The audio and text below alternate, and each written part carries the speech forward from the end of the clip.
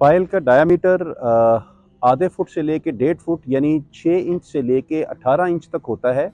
और this is based on the reports of your soil test expert would determine कि कितना इसके अंदर पायल का डायामीटर होगा, क्या उस पायल की बेरिंग लोड बेरिंग कैपेसिटी होगी। उस रिपोर्ट की बेसिस पे आपका स्ट्रक्चरल इंजीनियर जो है वो ये डिटरमिन करता है कि पायल की लेंथ क्या होगी, पायल का डायमीटर, उसका विड्थ क्या होगा। व्यूअर्स, ये आप देख सकते हैं कि हम बड़ी 18 इंच की बोगी मशीन के साथ अभी ये पायल कर रहे हैं। पायलिंग का सिस्टम चल पड़ा है और this is the way these piles are being done.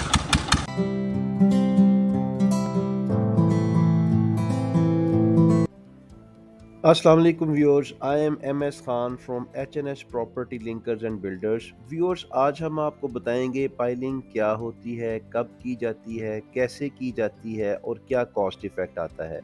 सबसे पहले पाइलिंग क्या होती है और कब की जाती है।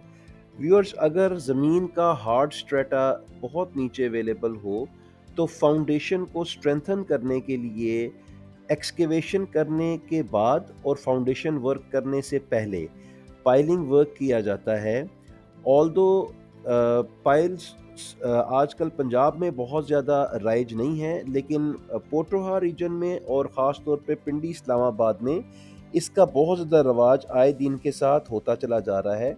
उसकी वजह ये है कि अक्सर आपके प्लॉट में या तो नेचुरल सॉइल लूज होती है या फिर जो फिलिंग की होती है वो बहुत लूज की होती है, जिसकी वजह से ज़मीन की स्ट्रेंथ देने के लिए पाइलिंग का अमल किया जाता है।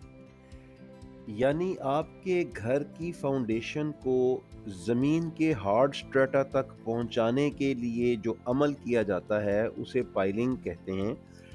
ये पाइलिंग आपके घर की फाउंडेशन को स्ट्रेंथ देती है, इसकी लोड बेरिंग को इंक्रीज करती है और एक लिंच पिन बनाती है between the foundation of your house and a distant place below your house, जो हार्ड स्ट्रेटा होता है वहां तक। पाइलिंग कैसे की जाती है। पाइलिंग, जैसे ये मेरे बैक पे आपको मशीन नज़र आ रही है, ये बोगी मशीन है। इसे बोगी मशीन भी कहते हैं, बोरिंग मशीन भी कहते हैं। इसके अलावा दो तरह की मशीनें होती हैं, एक ये बोगी मशीन और दूसरी आजुर या रोटरी मशीन। पाइलिंग इस तरह की मशीनों के ज़रिए की जाती है। अब पाइलिंग का कौन बताएगा कि पाइलिंग की जानी चाहिए या नहीं की जानी चाहिए। पाइलिंग आपका जो ज़मीन का सॉइल टेस्ट होता है वो डिटरमिन करता है कि हार्ड स्ट्रेटा कितना नीचे अवेलेबल है और कितनी पाइलिंग रिक्वायर्ड है या नहीं रिक्वायर्ड है। अब ये कैसे पता चलेगा कि पाइल का डायामीटर क्या होगा, पाइल की लेंथ क्या होगी, पाइल की स्ट्रेंथ क्या होगी। अगेन, ये सब कुछ आपके एसटीपीस के ऊपर अवेलेबल होता है, जो पायल का डायामीटर आधे फुट से लेके 1.5 फुट यानी 6 इंच से लेके 18 इंच तक होता है। और this is based on the reports of your soil test expert would determine कि कितना इसके अंदर पायल का डायामीटर होगा, क्या उस पायल की बेरिंग लोड बेरिंग कैपेसिटी होगी। उस रिपोर्ट की बेसिस पे आपका स्ट्रक्चरल इंजीनियर जो है वो ये डिटरमिन करता है कि पायल की लेंथ क्या होगी, पायल का डायमीटर, उसका विड्थ क्या होगा, उसमें जो सरिया और स्टील की कॉम्पोजिशन होगी वो क्या होगी। व्यूअर्स, आप देख सकते हैं कि मेरे दाईं तरफ ये पायल का निशान ऑलरेडी यहाँ पे भी बनाया गया है। पहले आप करने से पहले पायल की सारे के सारे निशान लगा लेते हैं। आप ये देखिए, ये पीछे मशीन, ये भी एक निशान के ऊपर हमने इसको लेआउट कर लिया है। पायल का प्रोसेस स्टार्ट होने वाला है। अच्छा, अभी जब पायल के अंदर पायल की कॉम्पोजिशन क्या होती है। पायल 3 तरह की होती है। एक पायल होती है जो बेसिकली फ्रिक्शन पायल की बात मैं कर रहा हूँ। बाकी पायल की टाइप्स के ऊपर मैं आपको दोबारा एक नई डेडिकेटेड वीडियो बनाऊंगा। फ्रिक्शन पायल के अंदर 3 तरह की पायल होती है। एक पायल वो होती है जिसमें आप इस बोगी मशीन से बोर करते हैं और बोर करने के बाद उसमें लाइमस्टोन की फिलिंग कर देते हैं, एंड दैट्स इट। दूसरी किस्म की पायल वो होती है जिसमें आप सिर्फ कंक्रीट की फिलिंग कर देते हैं। और तीसरी पायल वो होती है जिसमें आप स्टील का केज बनाते हैं और केज बनाने के बाद उस लेंथ के मुताबिक उस केज को पायल के अंदर उतारते हैं और उस केज के अंदर फिर आरसीसी की फिलिंग करते हैं।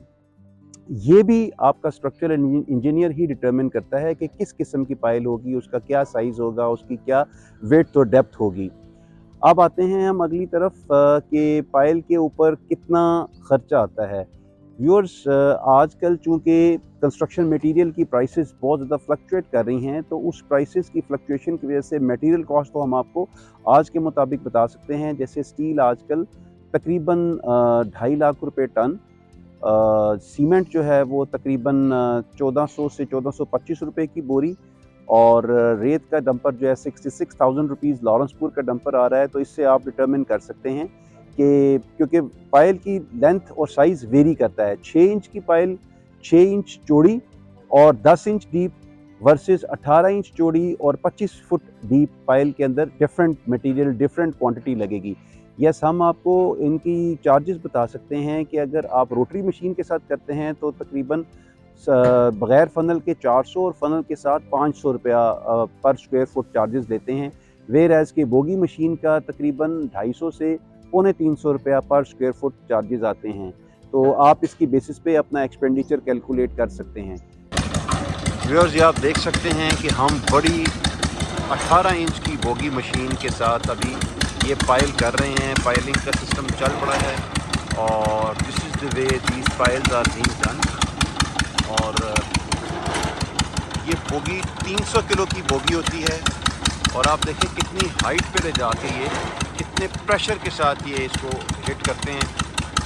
और यहीं से पता चलता है ज़मीन की स्ट्रेंथ कितनी है, उसमें फिलिंग कितनी है, कितना डीप जाना है। आप देखें कि कितना हार्ड स्ट्रैटर है यहाँ पे, लेकिन चूँकि ये सॉइल टेस्ट में आया था तो हम जस्ट इसको इंश्योर करने के लिए कि ये हार्ड स्ट्रैटर है या नहीं, सिर्फ इंश्योर करने के लिए हम इसको कर रहे हैं। यू कैन सी कि कितनी हाइट से ये इसको हिट करते हैं लाके। जब ये बॉगी अंदर चली गई है तो ये बॉगी बाहर निकालना इसके लिए मुश्किल है। ये आपको नज़र आ रहा है, ये सिर्फ आपके एजुकेशन के लिए कि यहाँ पे ये सारा हार्ड फिलिंग की जो ये एक्सकेवेशन करके निकाली गई है।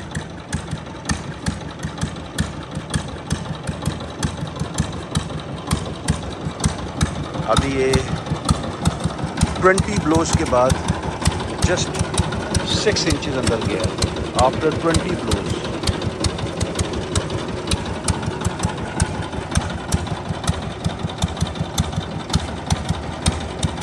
You can see again from at least 8 feet height.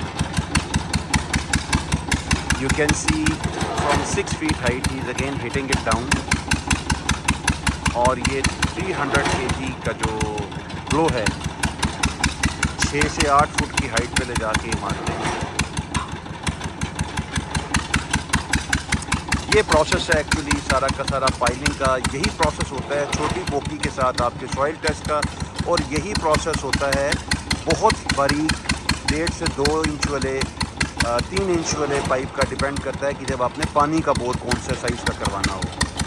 Viewers, हमारे वीडियो को लाइक कीजिए, शेयर कीजिए, सब्सक्राइब कीजिए, and if you want to construct your house in Pindi, Islamabad, you can take our consultancy.